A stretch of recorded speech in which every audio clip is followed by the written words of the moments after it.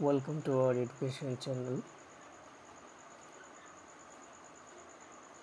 Good morning সবাইকে।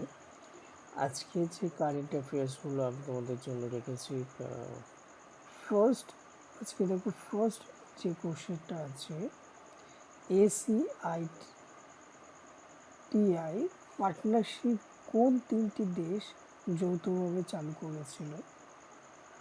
তোমাদের যে অপশানগুলো আছে তার মধ্যে যেটা হবে, দেখো ফার্স্ট যে অপশান আছে ভারত, জাপান ও অস্ট্রেলিয়া, কিন্তু তোমাদের এখানে সঠিক উত্তর হবে খ,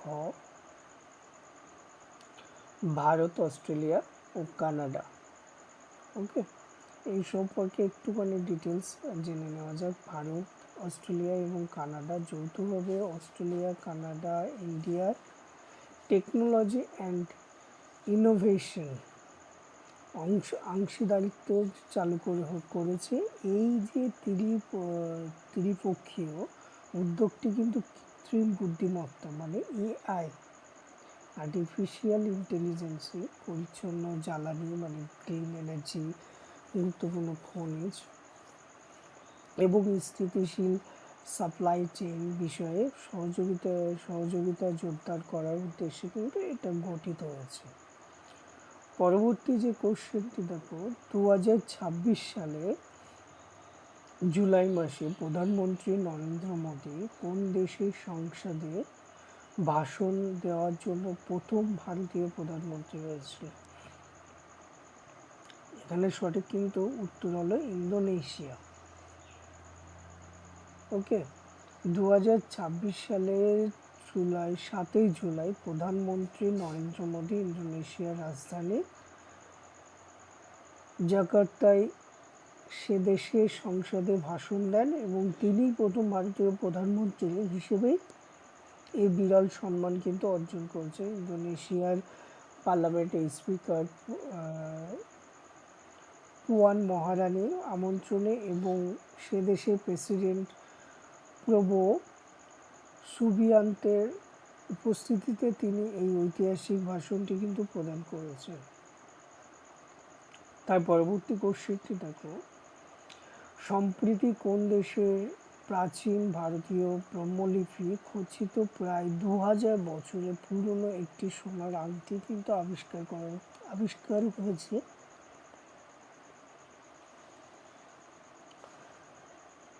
তাহলে এখানে সঠিক উত্তর কিন্তু কিনা থাইল্যান্ড হবে।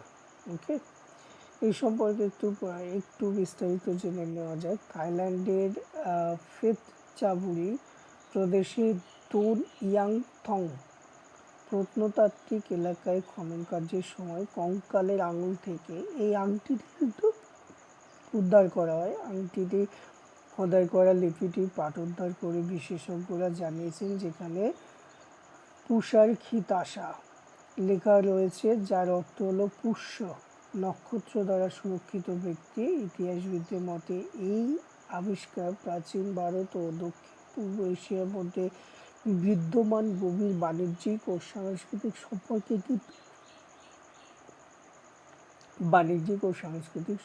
একটি উজ্জ্বল কিন্তু নিদর্শন। তার পরবর্তী কোশ্চেন দেখো, সম্প্রতি যে তাকানামি মুম্বাই উপকূলের কাছে ভারতীয় নৌবাহিনীর কোন যুদ্ধজাহাজের সাথে একটি পারস্পরিক পরিচালনা করেছিল? INS সুরাট। এটা কিন্তু সঠিক উত্তর হবে INS সুরাট। দেখো কি বলছে, তবে সম্প্রতি একটি আপডেট অনুযায়ী জাপান মেরিটাইম সেলফ ডিফেন্স ফোর্সের যুদ্ধজাহাজ JS তাকানামি জুলাই 26 মুম্বাই উপকূলে ভারতীয় নৌবাহিনী যুদ্ধজাহাজ INS সুরাটের সাথে কিন্তু একটি যৌথ পাসিং এক্সারসাইজে কিন্তু সম্পন্ন করেছে। পরবর্তী যে কোশ্চেন দেখো, কোন রাজ্য শিক্ষকদের জন্য গুরুদক্ষিণা ক্যাশলেস চিকিৎসা প্রকল্প চালু করেছে? উত্তরপ্রদেশ। ওকে। উত্তরপ্রদেশ সরকার শিক্ষকদের জন্য গুরুদক্ষিণা নামে একটি ব্যাপক ক্যাশলেস স্বাস্থ্য পরিষেবার কিন্তু প্রকল্প চালু করেছে। এই প্রকল্পে আয়তায় শিক্ষক ও তাদের পরিবার 5 লক্ষ টাকা পর্যন্ত বিনামূল্যে কিন্তু চিকিৎসার সুবিধা পাবে। তার পরবর্তী কোশ্চেন দেখো, সম্প্রতি ভারতের নির্ভুল আঘাত হানার ক্ষমতা বাড়ানোর জন্য ডিআরডিও কোন দেশীয় দূরপাল্লার নির্দেশিত রকেটের সফল পরীক্ষা করেছে? সঠিক উত্তর কিন্তু গ, Pinaka long range guided rocket.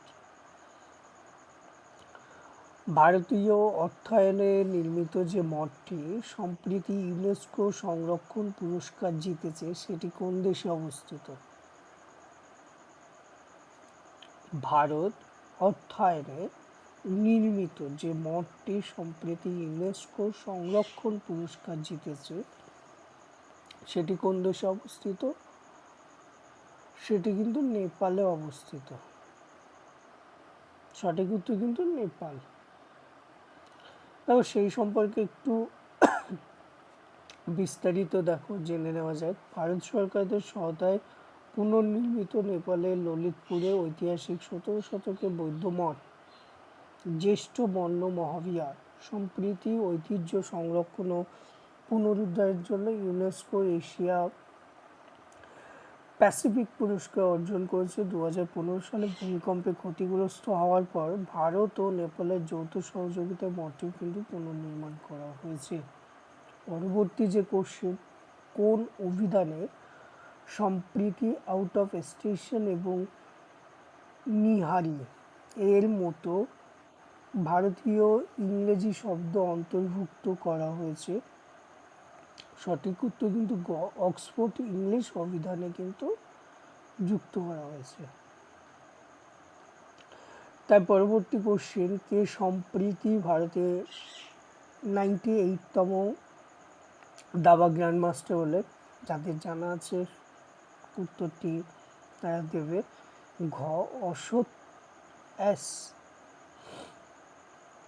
দেখো এই যে প্লেয়ার তামিলনাড়ুর 17 বছরের দাবাড়ু অশ্বত্থ এস সম্প্রতি ভারতে 98তম গ্র্যান্ডমাস্টার হওয়ার গৌরব অর্জন করেছে। পুনেতে অনুষ্ঠিত Pune international grandmaster round robin টুর্নামেন্টের শেষ রাউন্ডে মার্কিন যুক্তরাষ্ট্রের কর্নন বৈদ্যনাথনকে পরাজিত করে তিনি কিন্তু এই চূড়ান্ত খেতাব এবং তার তৃতীয় জিএম নর্ম নিশ্চিত করেন।